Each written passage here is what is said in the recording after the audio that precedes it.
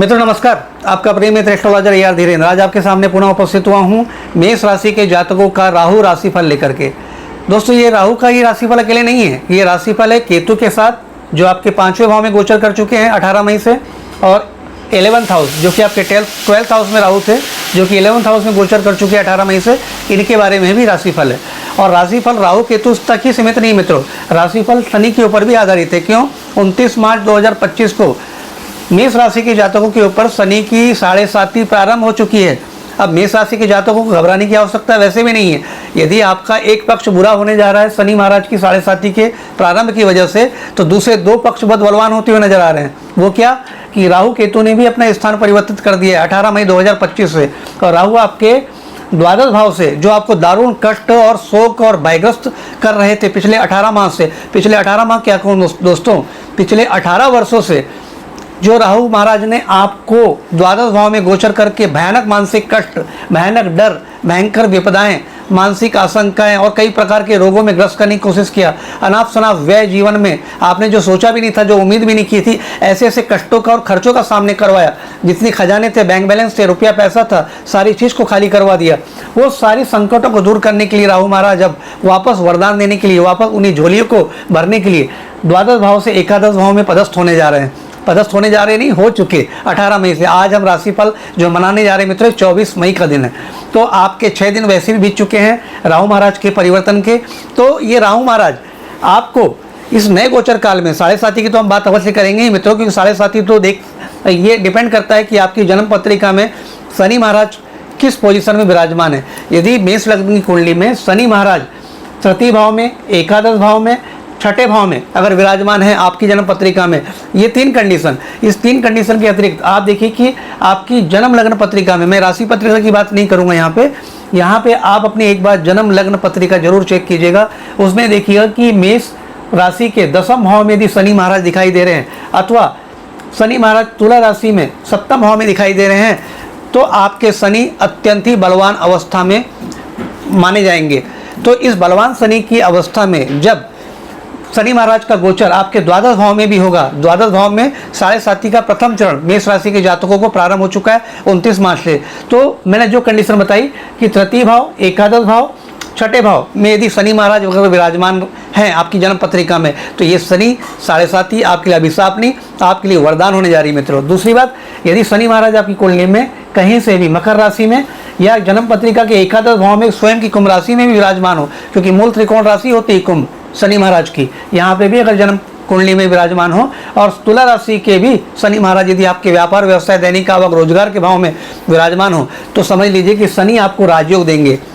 इस 7.5 साल के पक्ष में शनि आपके लिए वरदान बन जाएंगे। तकलीफ उन जातकों को अवश्य हो सकती है जिनके पत्रिका में या तो 10 नंबर या तो 11 नंबर में शनि महाराज नहीं है, अथवा 7 नंबर में नहीं है, या तो तीसरे नंबर में नहीं है, या तो एकादश में नहीं है, या तो छठे भाव में नहीं है। अष्टम भाव में भी हो तो भी चलेगा, आयु को वृद्धि करते हैं, रोग शोक कष्ट जो आपके बने हुए हैं उनसे आपकी मृत्यु नहीं होने देते, उनसे आपको इतने दारुण कष्ट नहीं होने देते कि जीवन लीला समाप्त हो जाए, जीवन को लंबा करते हैं, रोगी काया को निरोगी काया और शरीर को स्वस्थ बनाने का प्रयास भी करते हैं। अष्टम शनि महाराज दीर्घायु बनाते हैं। यदि आपकी जन्म पत्रिका में अगर ऐसी कंडीशन हो तो ये 7.5 आपको कष्टप्रद नहीं होगी दोस्तों। चलिए अब आगे हम बात कर लेते हैं कि राहु ने जो पिछले 18 महीनों से, 18 वर्षों से केवल आपका बिगाड़ने का ही कार्य किया। क्यों? क्योंकि 12वें घर के जो राहु होते हैं बहुत ही अनिष्टकारी, बहुत ही व्ययकारी, बहुत ही क्षोभग्रस्त मानसिकता देने वाले, कष्टप्रद मानसिकता देने वाले, भयावह सपने दिखाने वाले, भयावह मानसिकता देने वाले, डिप्रेशन, एंजाइटी, टेंशन, चिड़चिड़ापन, उन्माद, सनकीपना देने वाला प्लेनेट कहलाते हैं। राहु महाराज का 12वें घर का फल अच्छा नहीं होता है मित्रों, क्योंकि 12वें घर में जब बैठते हैं तो राहु महाराज की पंचम दृष्टि 1, 2, 3, 4, 5 आपके चतुर्थ भाव, आपके सुख, भवन, भूमि, वाहन, प्रॉपर्टी, जमीन जायदाद, संपत्ति के भाव में भी पड़ती है। तो जब चौथे भाव में पिछले 18 माह से राहु महाराज की आपकी दृष्टि थी चौथे भाव में, तो आपको वाहन का सुख हो सकता है। कई अगर ऐसे मौके आए हों, आर्थिक स्थिति इतनी डावाडोल हुई हो कि आपको अपना व्यक्तिगत वाहन भी बेचना पड़ गया हो, संपत्ति जो आपकी मानसिकता थी कि संपत्ति में अपना खुद का भवन, मंजिल या सपनों का घर बनाओ, उस जमीन को भी बेचना पड़ गया हो, माँ के स्वास्थ्य में लगातार हानि होती चली गई हो, या फिर कई बार कई जातकों के जीवन में हो सकता है कि माँ के जीवन लीला में भी समाप्ति की स्थिति नजर आई हो और आपके सुख और यशप्रियता, लोकप्रियता, जनप्रियता और समाज के बीच आपकी जो भागीदारी होती है कार्य क्षेत्र में, उस भागीदारी को भी समाप्त करने का पूरा राहु महाराज ने यहाँ पे प्रयास किया होगा जब 12th हाउस में राहु थे। तो बहुत गंदा गोचर था मित्रों, लेकिन अब राहु महाराज एकादश में आपको राजयोग देने की कंडीशन में आ चुके हैं। एकादश भाव के राहु, तो मैंने पिछले भी कई वीडियो में बताया है कि राहु महाराज जब भी लगन, तृतीय, षष्टम और एकादश और दशम भाव में जब गोचर करते हैं तो धन की वर्षा, धन का राजयोग अवश्य ही दे देते हैं। शॉर्टकट रास्तों से, चाहे रास्ता नंबर 1 का हो चाहे रास्ता नंबर 2 का हो, आप सीधे ढंग से काम करें या टेढ़ी उंगली करके काम करें, धन के रास्ते अवश्य ही सुनिश्चित कर देते हैं। यहाँ पे उच्चाधिकारियों से, समाज के पूंजीपति धनाढ्य लोगों से, आपके बड़े भाई बहनों से संबंधों को कहीं ना कहीं सुधारने का अवश्य प्रयास करते हैं और बहुतेरे कई प्रकार के धन के रास्ते आपके जीवन में क्रिएट करते चले जाते हैं। नई नई अपॉर्चुनिटी जो धन से जुड़ी हुई होती हैं, आपके व्यक्तिगत और पारिवारिक उन्नति के लिए जो धन जिम्मेदार होता है उसको यहाँ पे क्रिएट करते हैं। राहु क्या है दोस्तों? क्रिएशन है,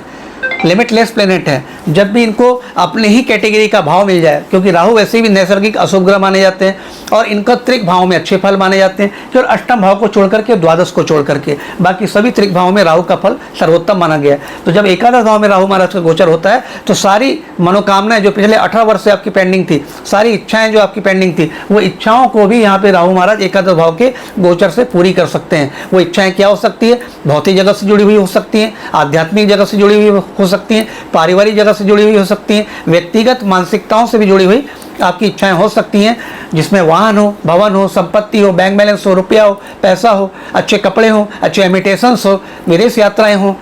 है ना, कोई तीर्थ यात्रा हो, कोई एजुकेशन के लिए विदेश यात्रा हो, कोई एजुकेशन करने के लिए, कोई कोर्स करने के लिए आप दूरस्थ देश की यात्रा करना चाहते हो, अंतर्राज्यीय यात्रा करना चाहते हो, वो इच्छाएं हो, आप कोई एग्जाम के लिए तैयारी कर रहे हैं, अच्छा कोर्स कोई कर रहे हैं, कोई कोचिंग कर रहे हैं, कोई क्रैश कोर्स कर रहे हैं और आपको सेलेक्ट होकर कोई बड़ा अधिकारी बनना है या कोई बड़ी एग्जाम फाइट करके कुछ अपने जीवन में अपने नए पद और मुकाम को हासिल करना है, तो भी राहु महाराज यहाँ पे सब आपको करवा के देंगे। हाँ, राहु की अवश्य ही यहाँ पे जो सप्तम दृष्टि आपके मन को थोड़ा सा, बौद्धिक क्षमताओं को थोड़ा सा भ्रमित करने का अवश्य प्रयास करेंगी, क्योंकि राहु की सप्तम दृष्टि आपके विवेक, बुद्धि, शिक्षा, संतान भाव पे भी आ रही है। जब बुद्धि, विवेक, शिक्षा, संतान भाव में जब राहु महाराज की दृष्टि आएगी तो शिक्षा में कहीं ना कहीं अनायासी कुछ समय के लिए रुकावटें अवश्य क्रिएट करेंगे, लेकिन रुकावटों को भी दूर करने का कार्य करेंगे। उसके पश्चात जो प्रेमी प्रेमिकाओं के बीच में संबंधों में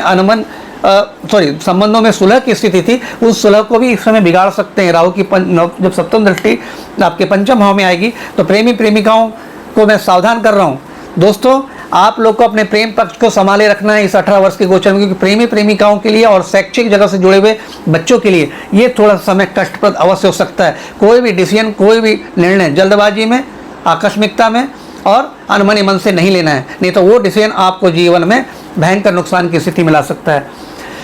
ये था दोस्तों राहु महाराज का फल। अब केतु महाराज की हम बात करें, केतु जब भी पंचम भाव में सिंह राशि में गोचर करते हैं, सिंह राशि के अधिपति कौन है? सूर्य महाराज। सूर्य महाराज से राहु केतु का 36 का आंकड़ा है, तो केतु महाराज भी कोई बहुत अच्छा फल नहीं देने वाले हैं। हो सकता है कि जिन जातकों के पंचम भाव में मेष राशि के उन जातकों को कि जिनकी कुंडली में राहु केतु भी अशुभ अवस्था में जन्म पत्रिका में बैठे हुए हों और केतु महाराज यहाँ जब पंचम में गोचर करे तो हो सकता है कि आपको संतान से दूरी बना के दे दे। अब संतान से दूरी बनाने का कारण ये नहीं हो सकता कि कोई आपके पारिवारिक डिस्प्यूट्स हो गए या कोई विवाद की स्थिति हो गई उसके कारण दूरी हो गई, वो दूरी नहीं। हो सकता है कि केतु क्या है, जिस भाव में बैठते हैं उस भाव के सुखों को आपसे दूर करते हैं या रिलेशंस को थोड़ा दूर करने का प्रयास करते हैं। तो संतान भाव में बैठे हैं, संतान को दूर करेंगे, दो कंडीशन दूर कर सकते हैं। यदि कोई बच्चा आपका एजुकेशन के लिए बाहर जाना चाहता है तो हो सकता है वो दूर चले जाए आपसे, आपके परिवार से। जिन बच्चों की शादी नहीं हो रही थी हो सकता है उन बच्चियों की शादी हो जाए तो वो अपने ससुराल चले जाए मैके से। इस रूप में भी दूरी क्रिएट यहाँ पे केतु महाराज अवश्य कर सकते हैं, तो इससे डरने और घबराने की आवश्यकता नहीं है, परंतु दूरी तो अवश्य क्रिएट करते हैं। हो सकता है शिक्षा में मन ना लगे, झंझलाहट की स्थिति हो, क्योंकि राहु केतु का ये संयुक्त प्रभाव आपके शिक्षा के उद्देश्य में कहीं ना कहीं रुकावटें डाल सकता है। दोस्तों आइए अब शॉर्टकट में राहु केतु शनि की जो आपके 2027 तक जो गोचर के प्रभाव रहेंगे, इससे बचने के क्या उपाय अपन कर सकते हैं। सबसे पहले हम बात करेंगे, आपको कुंडली के अष्टम भाव के नकारात्मक दोषों को समाप्त करने के लिए कुत्तों को मीठी रोटी शनिवार के दिन अवश्य खिलाने का प्रयास करना है, मीठी रोटियां खिलाने का प्रयास करना है। आइए दोस्तों दूसरा उपाय, आपको बरसात जो अभी आ ही रही है, जून माह से बरसात की ऋतु हमारे भारत देश में प्रारंभ हो जाती है, तो बरसात ऋतु की प्रथम बरसात, द्वितीय और तृतीय बरसात में जो पानी एक कंटेनर में एकत्रित होता है, आप 2 से 2.5 लीटर का एक पात्र ले लीजिए, उस पात्र में पानी इकट्ठा होने दीजिए। उस पानी को अपने शयन कक्ष में 40 दिन तक इकट्ठा रखिए। उसके बाद उस जल को आप किसी पौधे की जड़ में डाल दीजिए। इस ऐसी प्रक्रिया करने से आपके जीवन में जो आने वाली बहुत सारी उलझनें और समस्याएं जो बेवजह बेबुनियाद तौर पे आती, वो समाप्त हो जाएगी। अगला उपाय, आपकी कुंडली के धन भाव को, द्वितीय भाव को एक्टिवेट करने के लिए, और आपके पास अगर जीवन में दिया हुआ पैसा समय पे जो आप किसी को देते हैं, उधार दिया हुआ पैसा आता नहीं है, आपका हक का पैसा आपको समय पे नहीं मिलता है, तो आप क्या काम करें, किसी भी कुम्हार के यहाँ से 2 ईंटें, लाल पकी हुई ईंटें लेके आए, सफ़ेद कपड़ों में, वस्त्र में उसको लपेट करके किसी ऐसी सुनसान जगह में मट्टी या जमीन के नीचे दबा किया जाए जहाँ पे लोगों का आवागमन शायद कम से कम हो। तो इससे क्या होगा कि आपकी सारी आर्थिक मुसीबतें दूर हो जाएंगी दोस्तों। अगला उपाय हम कर सकते हैं दोस्तों, 5वां भाव। जो जातक सट्टा, लॉटरी, शेयर, निवेश और ट्रेडिंग के जगत और म्यूचुअल फंड और अन्य किसी प्रकार के आर्थिक जोखिमों से भरे मार्केट और व्यापार व्यवसाय से जुड़े हैं, उन जातकों के लिए क्या करना चाहिए, आपको शहद तो हर कोई जातक के घर में होता है और शहद हर कोई खाता भी है। आयुर्वेदिक तौर पे भी खा सकते हैं और कई लोग स्वादानुसार भी शहद खाते हैं। एक मिट्टी के पात्र में, छोटा सा मिट्टी का पात्र ले लेंगे, कुम्हार के यहाँ से ले आएंगे, जो पात्र नवीन रूप से हो, यूज़ किया हुआ ना हो, उस पात्र में शहद को आप भर के रखा करें हमेशा के लिए, और उसी पात्र से मिट्टी जो शहद है आप अपने खाने में उसका प्रयोग किया कीजिए। इससे आपके जीवन में धन भाव एक्टिवेट हो जाएगा। धन भाव एक्टिवेट होगा तो आपके जीवन में पैसा, रुपया, संपत्ति और दौलत की भरपूर स्थिति हमेशा बनी रहेगी, किसी प्रकार की अभाव की स्थिति नहीं होगी। अगले उपाय की बात कर लेते हैं, प्रथम भाव। स्वास्थ्य संबंधी यदि लगातार आपको परेशानी चल रही है मित्रों, यदि हम प्रथम भाव की बात करते हैं तो मंगलवार के दिन क्या करना है, आपको अपने ऊपर से गुड़ की एक डली ले लें, उसको 7 बार वार करके मंदिर में किसी भिक्षा मांगने वाले व्यक्ति को जाकर के आप खिला दें या उसको दान कर दें। इससे क्या होगा कि आपके 5वां भाव एक्टिवेट होगा। 5वां भाव जब एक्टिवेट होता है तो संतान संबंधी कष्ट, शिक्षा संबंधी कष्ट, अकस्मात आने वाले जीवन में लाभ, तो और पिछले जन्म के किए गए पुण्य लाभ जो आपके जीवन में नहीं हो पा रहे हैं, वो सारे लाभ भी कंटिन्यूस आपके जीवन में आना प्रारंभ हो जाते हैं। अगले उपाय की बात कर लेते हैं, दाम्पत्य जीवन में किसी प्रकार के तकलीफ और बाधाएं अगर चल रही हो या फिर कुंडली में हमको 7वां भाव एक्टिवेट करना है, तो शुक्रवार के दिन आपको 2 नारियल, सूखे वाले, सूखा हो गीला हो उसमें कोई संदर्भ नहीं है, इंतु किंतु परंतु नहीं है, आप 2 नारियल शुक्रवार के शुक्रवार, कोशिश करें महीने में 1 या 2 शुक्रवार या साल में आप जितने बार भी कर सकें अवश्य कीजिए। बहते जल में, जो तीव्रता से बहता हुआ जल होता है, नदी का उथला हुआ जल, वहाँ पे उन नारियलों को अवश्य बहाएं। इससे क्या होगा, आपकी पत्रिका का 7वां भाव एक्टिवेट होगा। जब 7वां भाव एक्टिवेट होगा तो दाम्पत्य जीवन में मधुरता आएगी, व्यापार व्यवसाय अच्छा चलेगा, दैनिक आवक अच्छी होगी, जीवन साथी का स्वास्थ्य अच्छा होगा। जिन जातकों की समय पे शादी नहीं हो रही है उनकी शादी के योग बन जाएंगे, लड़कियों को अच्छे वर प्राप्त होंगे और अच्छे लड़कों को अच्छी वधु प्राप्त होने का भी योग यहाँ सप्तम भाव से बन जाएगा। अगले उपाय की बात कर लेते हैं, अगला भाव है प्रथम भाव। जीवन की सर्व बाधाओं को समाप्त करने के लिए, जीवन की सर्व बाधाओं, जीवन में देखिए दोस्तों 12 भाव होते हैं, प्रथम से द्वितीय, तृतीय, द्वादश पर्यंत। ये द्वादश भावों की समस्त बाधाओं को हमें जीवन में समाप्त करने के लिए आप क्या काम करें, रविवार के दिन का एक टोटका, एक प्रयोग है। रविवार के दिन तांबे की 2 पतली पतली खीली बनवा ले आप, सुनार के यहाँ से बन जाएगी, 2 पतली सी खीली, ज़्यादा बहुत मोटी नहीं, बहुत पतली सी 2 खीलियाँ, और रविवार के दिन दोपहर का समय देख करके आप अपने दरवाजे की चौखट के दोनों ओर ठोक दें। इससे क्या होगा मित्रों कि आपके जीवन का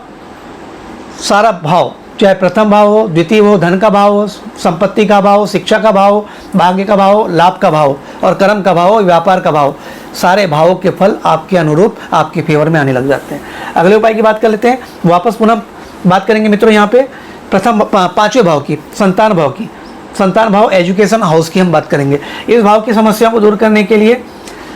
तांबे से बने हुए कुछ आइटम्स या कुछ पात्र या कुछ वस्तुएं आपको मंगलवार के दिन